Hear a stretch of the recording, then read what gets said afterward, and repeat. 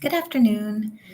I wanted to talk to staff a little bit about literacy across the curriculum, especially in grades 9 and 10. So I thought I'd run this session, Kickstart Your Literacy Program, to support staff in thinking about the first 5 weeks of school and semester 1. We're going to start with the land acknowledgement and dive right in. We begin by acknowledging the land and our responsibility to care for and respect all that provides us with life. This land upon which HDSB is situated is on the ancestral, treaty, and tidal lands of the Anishinaabeg, Ojibwe, Michizagi Nation, now known as the Mississaugas of the Credit. Michizagi territory in the past and present continues to host both Indigenous and non-Indigenous peoples. The HDSB is committed to continuous knowledge building with respect to actions that address and resolve the ongoing impacts of colonialism. We do this by learning and understanding the true history, treaty obligations, duties and responsibilities, and Indigenous rights, while actively maintaining mutually beneficial relationships and collectively respecting and caring for the land. I recently read this text here that you see on the screen by Negan Sinclair. Negan Sinclair is a journalist. His home is Winnipeg in Manitoba, and he's the son of Senator Murray Sinclair, who, as you probably know, led Canada's Truth and Reconciliation Commission. This text is an excellent example of a core text that a text set could be built around. Winnipeg, Visions of Canada from an Indigenous Center, is a collection of essays that Negan Sinclair has put together that could work either independently or as a full collection in any grade 9 or 10 classroom, whether it be in geography, in history, in civics, in an English class. And I would even argue that some of these essays would work for a science or math class as well. And in thinking about text sets, I'm thinking about how we might curate or select instructional resources that allow students to explore concepts and ideas in multimodal ways. So in addition to Negan Sinclair's Winnipeg, you might think about picture books. This series of picture books are all written by Brittany Luby, and they have to do with the natural environment, they have to do with Indigenous rights and upholding Indigenous rights, and they also embed artwork that students could dig into that help to provoke thinking, especially in the context of knowledge building classrooms and thinking classroom activities. I also thought about Christy Belcourt's paintings and gallery installations that you might include that go really well with the text Winnipeg, as well as songs or videos. This CBC article highlights Inuit throat singers, and it talks about how Inuit throat singing is tied to harvesting in the far north. So the links to those resources are in the deck that I can share out with this recording as well. Welcome back. My name is Tamara Phillips. My pronouns are she and her. I'm the IPL in secondary school programs responsible for English, Canadian and World Studies, social sciences and the humanities, as well as literacy across the curriculum. And today I wanted to welcome you and ask the question, what did you read this summer? What's interesting to you? What's on your mind as you come back to the classroom? And what are some things that you're hoping for this semester that were maybe inspired by something that you read this summer? I read The Overstory by Richard Powers. I know it's not new, but it definitely got me thinking more and more about how the natural environment is an idea that I am actually quite illiterate in. I have to learn a lot about the trees, the plants, the wildlife, the ecology and the ecological systems around me. These are not things that I really picked up as I went through my own education here in Ontario. I've included the link to this book in the speaker's notes as well. I often think about what students are bringing into the classroom that they have learned from sources outside of public education. And you'll see on the side here, my son and I visited Point Pelee National Park just a few weeks ago, and I happened to be reading the Overstory at the same time. And those two experiences really got me thinking about the systems in place around us, both natural and human made, that are interacting with one another at all times.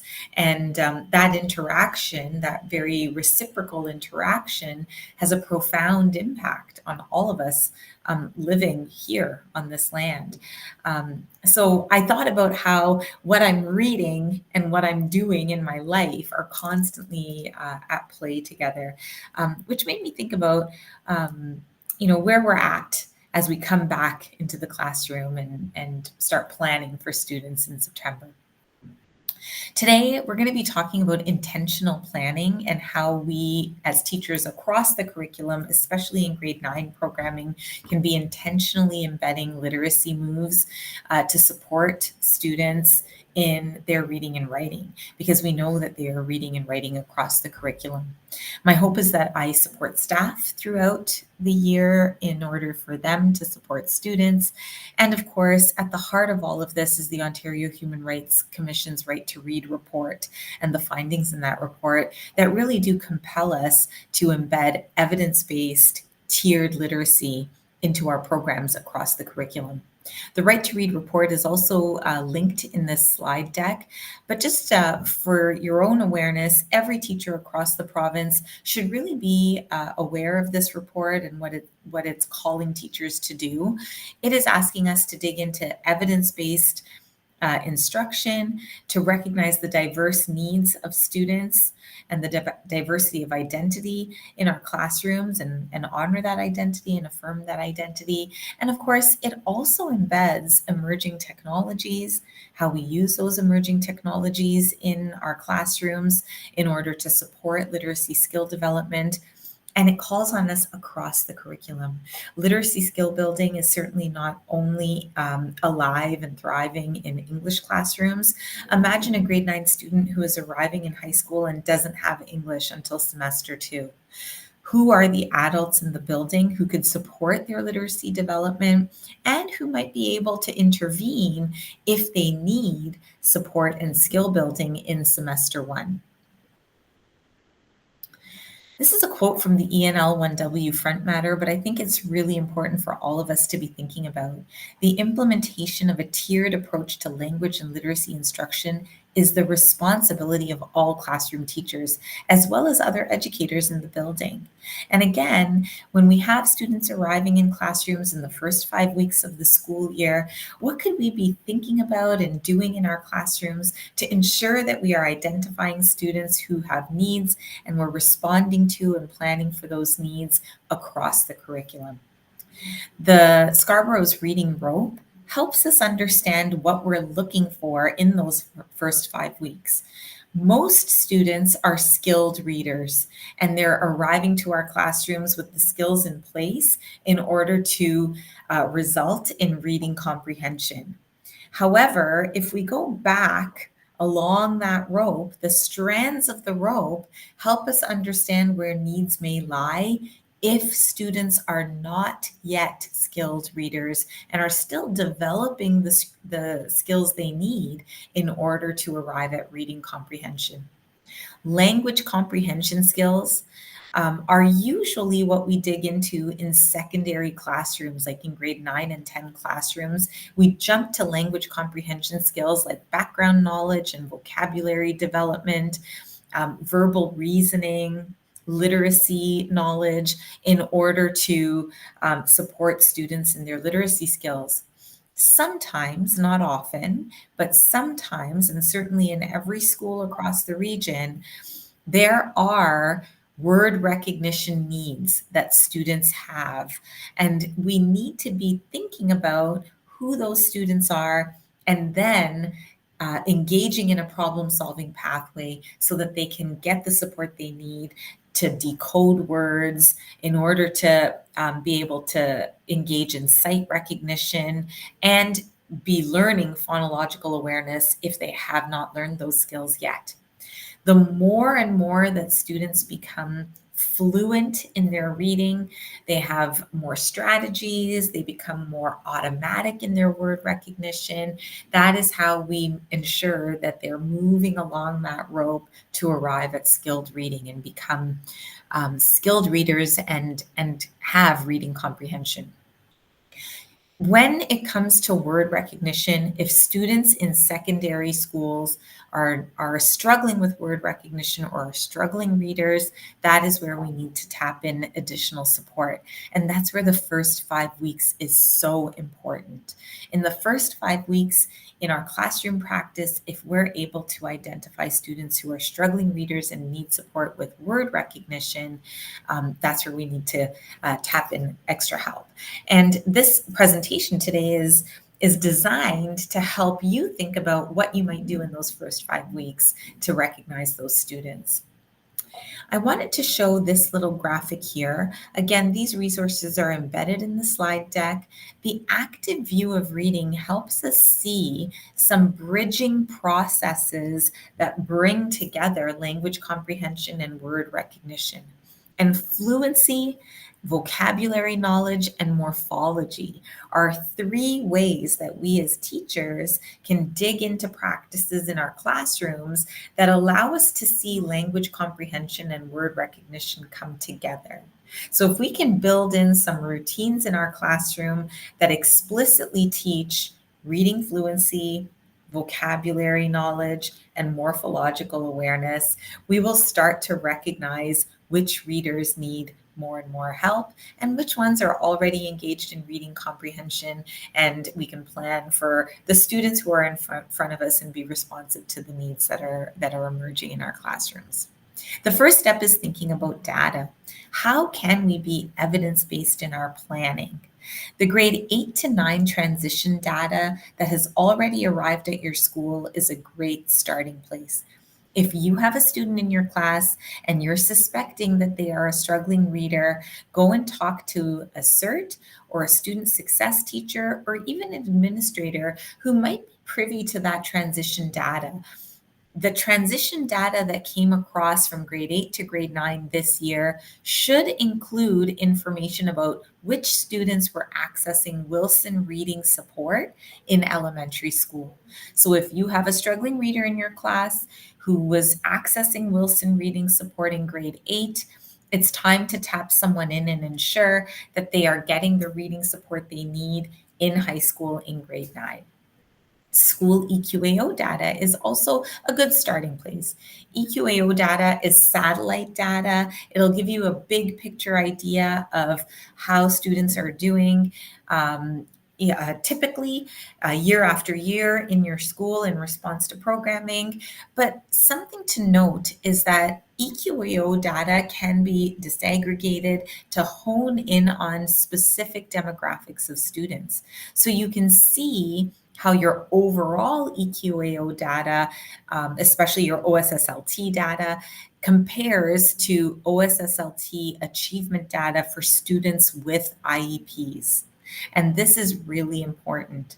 If students with IEPs are not achieving at the same rate as students without IEPs, we as teachers could be asking, what can we do to support those students? What accommodations do they need? What explicit instruction do they need in order to bridge any gaps they might have in literacy in order to be successful?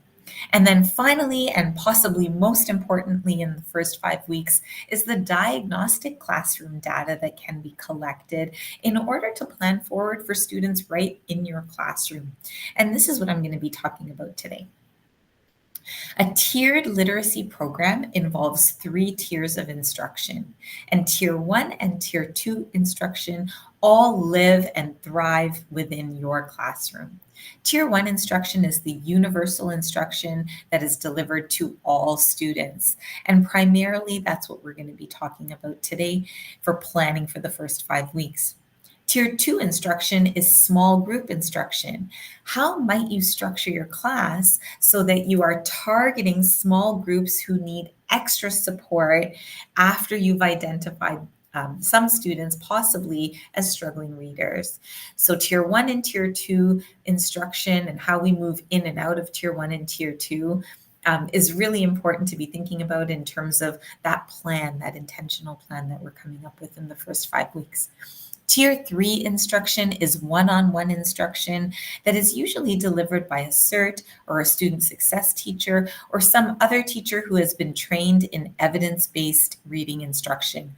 If you have questions about what this looks like in your school, please ask a vice principal or your special education services lead, department head, or your student success lead at your school. They'll be able to talk to you about how Wilson Reading or other Tier 3 reading interventions are being delivered at your school for students who have been identified as having reading or literacy needs.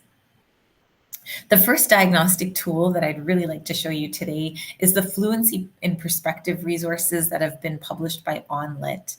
If you remember that Scarborough's reading rope, you'll remember that fluency is automaticity, it is prosody, so it is being able to recognize words automatically, be able to say them, and read at a pace that shows that you're aware of punctuation and syntax. When those skills are happening and working together fluently, we know that students are more likely to be engaged in reading comprehension. And that really is the goal, for students to be able to comprehend what they're reading and walk away with the message and be able to think about that and apply their own schema, their own lived experience in order to understand the text fully.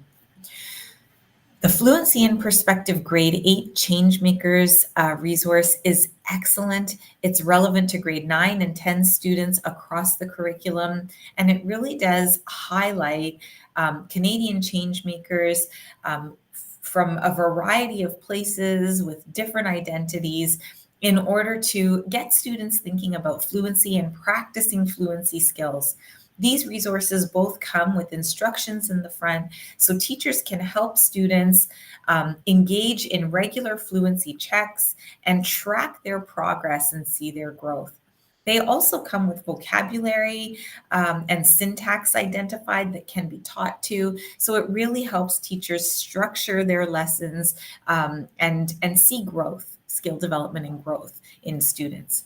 The Fluency in Perspective Grade 7 resource, also relevant to grade 9 and 10 students, high interest, really accessible texts. The focus in this resource is cross-curricular connection. So you'll be able to find historical, geographic, scientific, STEM connections in those resources. So please dig in, check out what it says in the front matter for teachers to track fluency skill, and then dive in and use this resource as a diagnostic in the first 5 weeks and see what emerges. You'll be able to identify students who are, really skilled readers, and you can program for them and design lessons that continue to build their skill according to the scope and sequence literacy, ENL 1W Strand B scope and sequence resource. But then you'll also be able to identify students who might need a little additional support. And you'll be able to think of how you might go from your Tier 1 instruction to Tier 2 instruction to support those students. And again, why start with fluency? I wanted to pose this question. If you look at Scarborough's reading rope, now that you've heard a little bit about it, what data do you need to collect in the first 5 weeks to plan a Tier 1 program that is responsive to the students' needs in front of you this semester?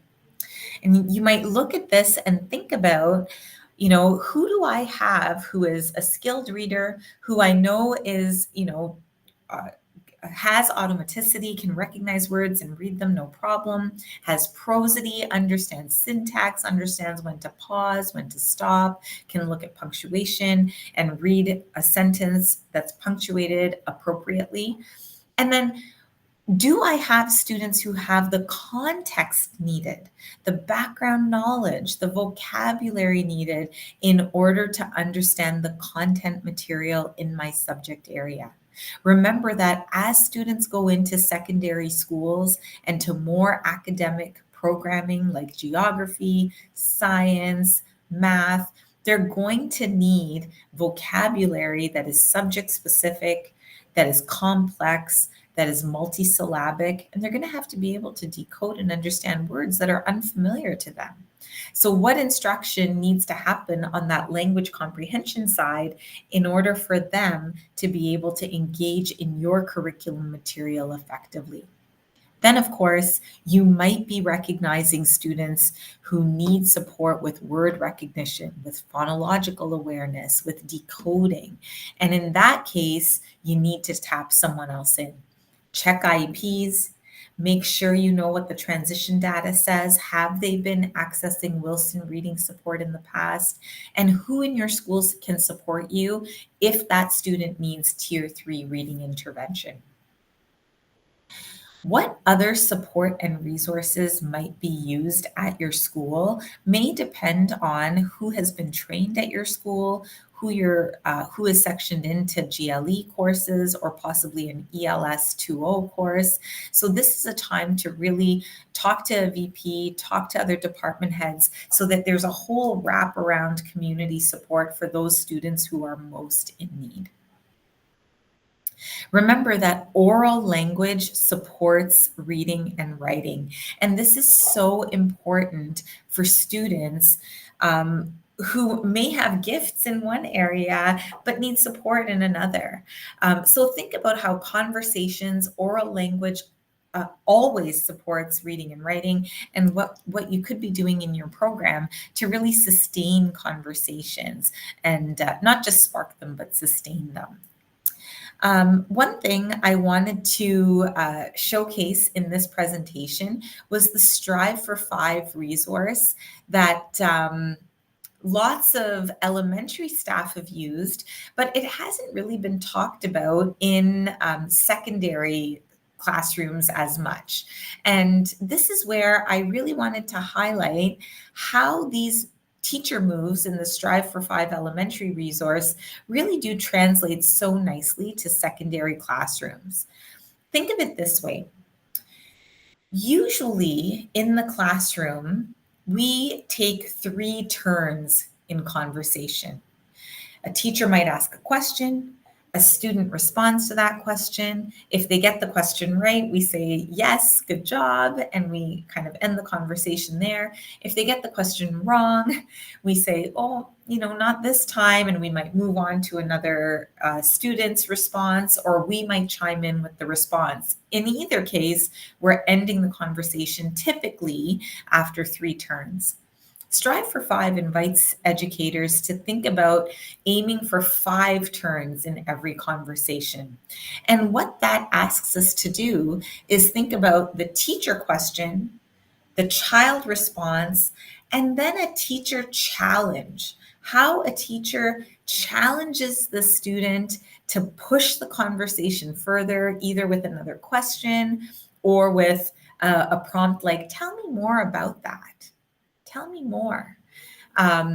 Allows a student to then bring more of their knowledge, more of their understanding into the conversation. And then the teacher might have further explanation. The teacher might be able to chime in some more, might make a connection to other learning, might even bring in an authoritative source that a student can listen to or read or think about, something that they've done previously in the classroom, so that the conversation is sustained further. This strategy is supported by resources that the OnLit website, has published. So there's a whole book study that's been recorded with webinars and supporting YouTube videos that staff can access, and I've linked them into this deck for you as well. So again, think about how we might sustain conversations for at least 5 turns with students, and doing that on a regular basis as an instructional routine in classrooms really will help students push their thinking forward, build their knowledge. Remember that language comprehension part of the reading rope, build their knowledge and their vocabulary in a content area orally before they dig into reading and writing.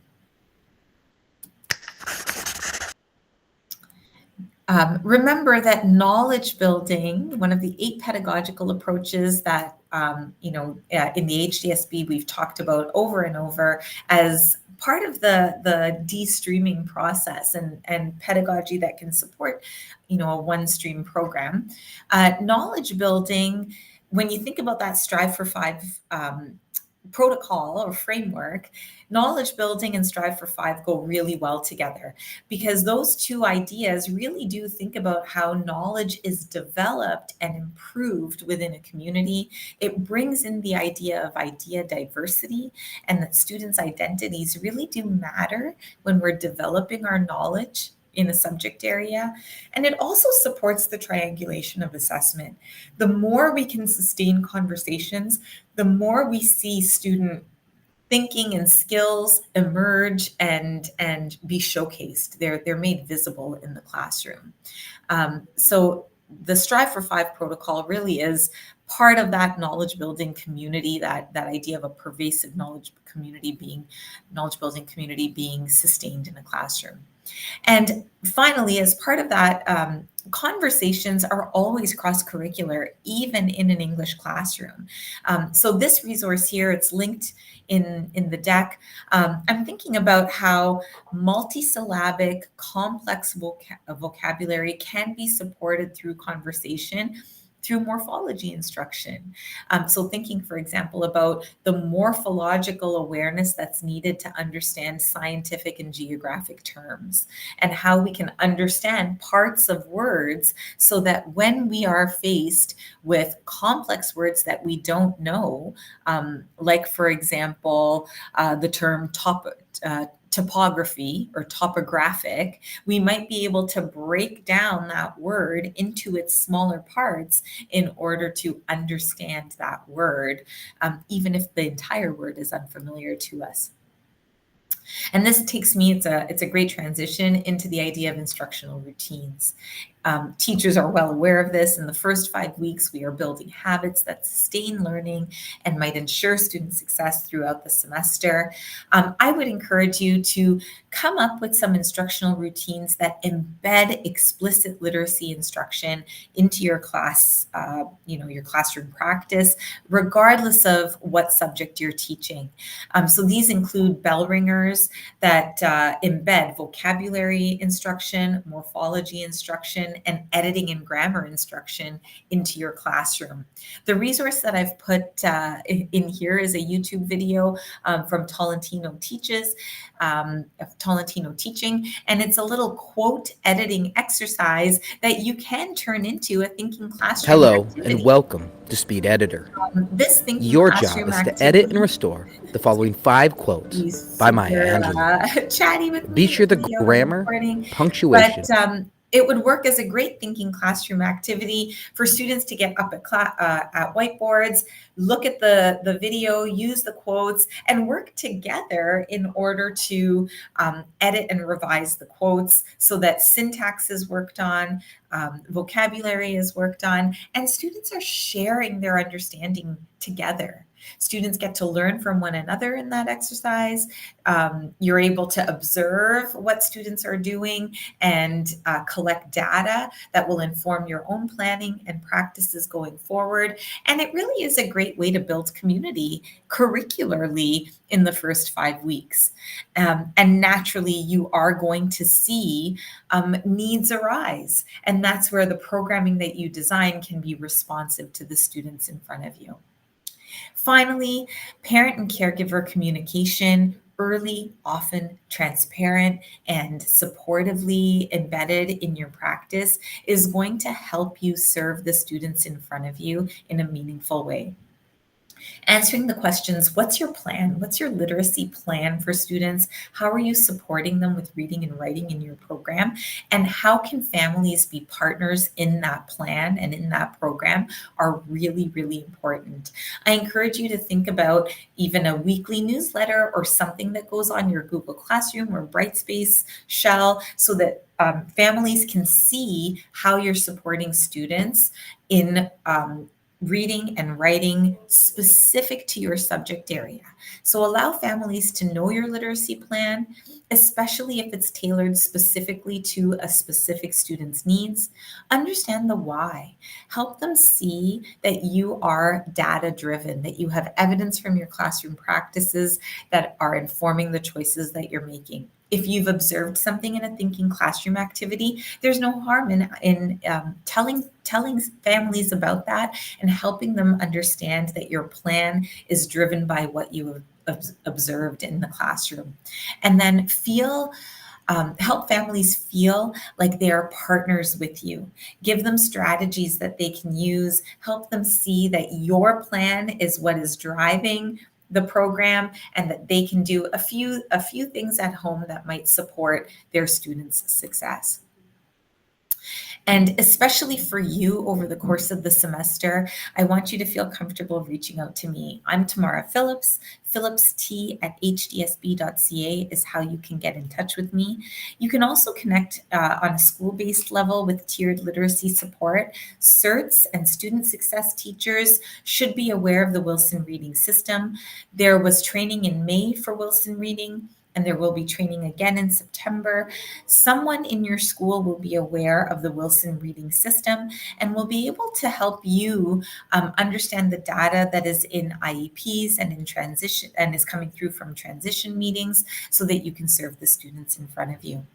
This year, I'm hoping to kick off a literacy lead teacher program so that there are teachers either from grade 9 or 10 classrooms, one from every school across the region, that come together to learn strategies tied to tier 1 instruction that can be brought back to schools and shared with staff.